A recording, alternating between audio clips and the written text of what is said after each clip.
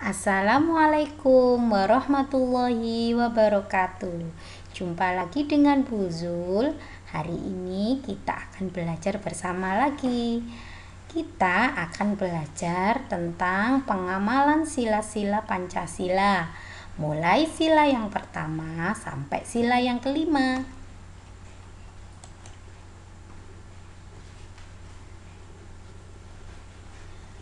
Sila yang pertama dilambangkan dengan bintang. Masih ingat ya? Bunyi sila yang pertama, ketuhanan yang Maha Esa. Apa saja sih contoh pengamalan sila yang pertama? Yuk kita lihat. Sila yang pertama contohnya pengamalan sila yang pertama contohnya adalah menjalankan ibadah menurut agama yang dianut. Seperti kita ketahui, di Indonesia ini ada 6 agama yang diakui. Yang pertama adalah agama Islam, yang kedua agama Kristen, yang ketiga agama Katolik, yang keempat agama Hindu, yang kelima agama Buddha, dan yang keenam adalah Konghucu. Jika masing-masing umat yang beragama ini menjalankan ibadahnya dengan tekun, berarti menjalankan sila yang pertama. Berdoa sebelum dan sesudah makan juga merupakan contoh pengamalan sila yang pertama. Bermain dengan teman meskipun berbeda agama juga pengamalan sila yang pertama. Di kampung atau di tempat tinggal kita, mungkin kita punya teman yang berbeda agama. Meskipun kita berbeda agama, tetap harus bermain dengan rukun ya.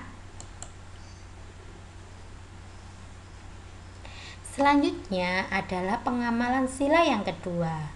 Sila yang kedua lambangnya betul rantai. Bunyi sila yang kedua, kemanusiaan yang adil dan beradab. Apa saja contoh pengamalan sila yang kedua? Menolong teman yang jatuh,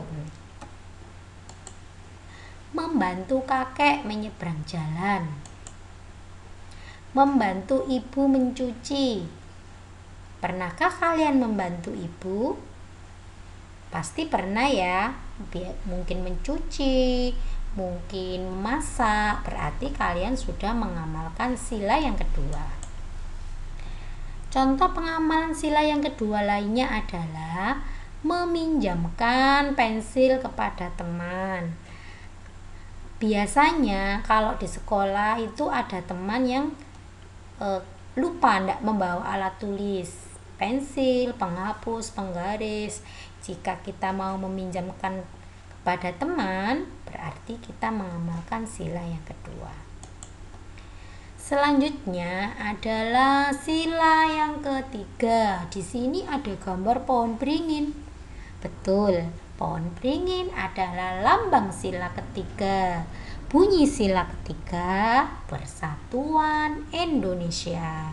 Di sini ada gambar berbagai macam pakaian adat, pakaian tradisional dari berbagai daerah dari seluruh Indonesia, menunjukkan persatuan Indonesia. Meskipun berbeda-beda namun tetap satu, yaitu bangsa Indonesia. Apa saja contoh pengamalan sila yang ketiga? Bermain tanpa membeda-bedakan suku bangsa. Nah, anak-anak ini biasanya temannya kan berbeda-beda suku. Ada suku Madura, ada suku Jawa, ada suku Sunda. Nah, kita tidak boleh membeda-bedakan ya. Menghormati pakaian adat seperti di gambar yang pertama tadi. Di seluruh daerah di negara kita Indonesia ini ada berbagai macam pakaian adat yang berbeda-beda. Kita harus tetap menghormati. Bekerja sama dan gotong royong. Ini adalah kebiasaan masyarakat Indonesia. Masyarakat Indonesia itu terkenal dengan masyarakat yang suka bekerja sama dan bergotong royong, baik itu di desa, di sekolah, ataupun di mana saja. Pengamalan sila yang ketiga lainnya, menghormati adat istiadat. Seperti yang dijelaskan Bu Zul tadi, di berbagai daerah di Indonesia memiliki adat istiadat yang berbeda. Seperti orang Bali punya adat istiadat sendiri, orang Jawa punya adat istiadat sendiri. Menyaksikan tarian tradisional, selain pakaian daerah yang berbeda-beda, juga Indonesia ini memiliki tarian tradisional yang berbeda-beda juga. Seperti tari Bali dari Bali, tari Saman dari Aceh, ada Reok Ponorogo dari Jawa Timur, dan sebagainya. Menggunakan produk dalam negeri juga termasuk pengamalan sila yang ketiga. Anak-anak, kita harus bangga dengan produk buatan dalam negeri kita sendiri. Kita tidak boleh membanggakan atau lebih bangga dengan produk-produk buatan-buatan yang dari negara lain. Justru kita harus bangga dengan produk dan buatan dalam negeri kita sendiri. Selanjutnya adalah pengamalan sila yang keempat. Apa bunyi sila keempat? Kerakyatan yang dipimpin oleh hikmat, kebijaksanaan dalam permusyawaratan perwakilan. Di sini ada kata permusyawaratan menjadi pengingat anak-anak bahwa sila keempat ini ada kata permusyawaratan, berarti ke hal-hal yang sifatnya musyawarah ya anak-anak sila keempat ini. Contohnya di desa ini orang desa itu biasanya suka bermusyawarah. Nah, kenapa kok bermusyawarah?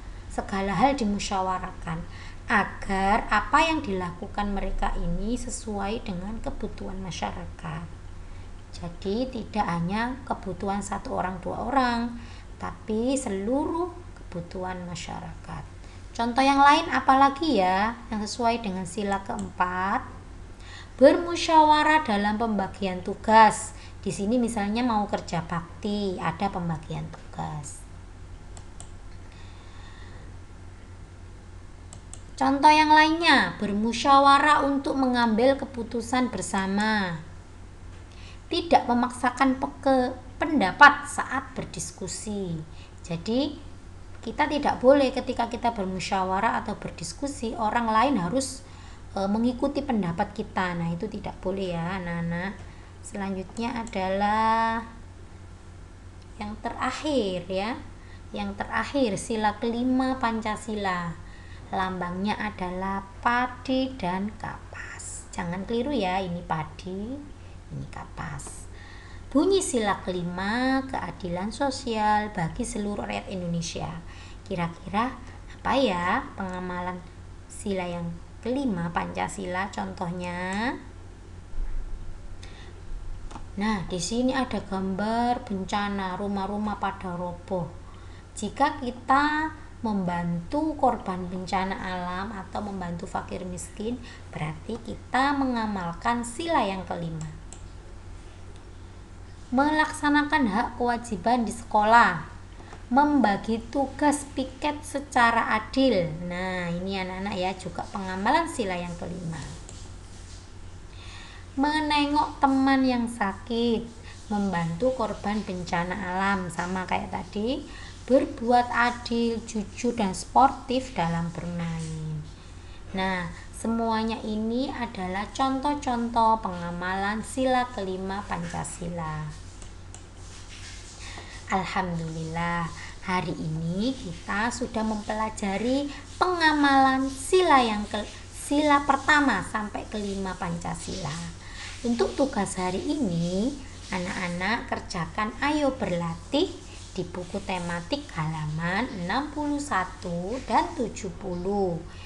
Setelah itu, kirim foto pekerjaanmu Bisa lewat WA atau lewat Classroom. Jelas anak-anak?